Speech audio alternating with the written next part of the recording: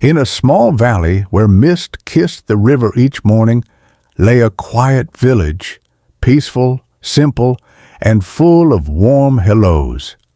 Among its people lived Harris, a young man with strong hands, a restless heart, and a tongue too sharp for kindness. Every morning he walked through the village, proud, hurried, his eyes ahead, never meeting another's. He didn't mean to be cruel, but his words often were. One morning he found his neighbor, old Rafiq, fixing a broken fence. Rafiq's hands were steady, his smile gentle, but Horace frowned. "Why touch my fence without asking?" he snapped. Rafiq tried to explain, "I was only repairing it before the rain." But Horace cut him off.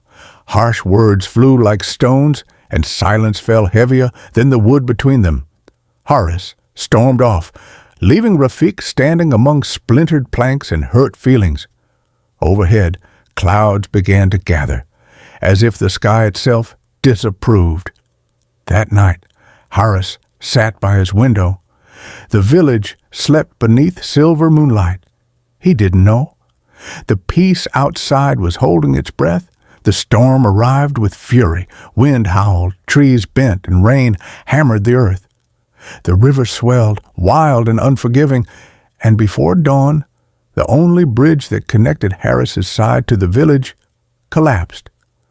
Morning came gray and empty. The bridge was gone, washed away like anger in the rain. Harris stood frozen at the edge of the river, his reflection trembling in the broken water. Days passed, no voices, no footsteps, only silence and regret. Each echo of the river reminded him of the words he could never take back. One evening, as dusk painted the sky in gold, Horace saw a faint light across the misty river. He blinked, unsure, then saw him, old Rafiq, holding a lantern, carrying wooden planks. The old man set down the lantern and began to build, slowly, carefully, one plank at a time. His hands shook, but his heart was steady. Harris watched from across the river, his chest heavy with something he hadn't felt in years. Remorse. He wanted to shout, but words failed him now. The man once armed with sharp speech found himself speechless, wounded by his own silence. As Rafiq placed the last plank, Horace called out, his voice breaking, "Why are you helping me after everything I said?" Rafiq looked up, smiling faintly through the twilight. "Because once you helped me when I was sick," he replied softly. "You may not remember, but I never forgot."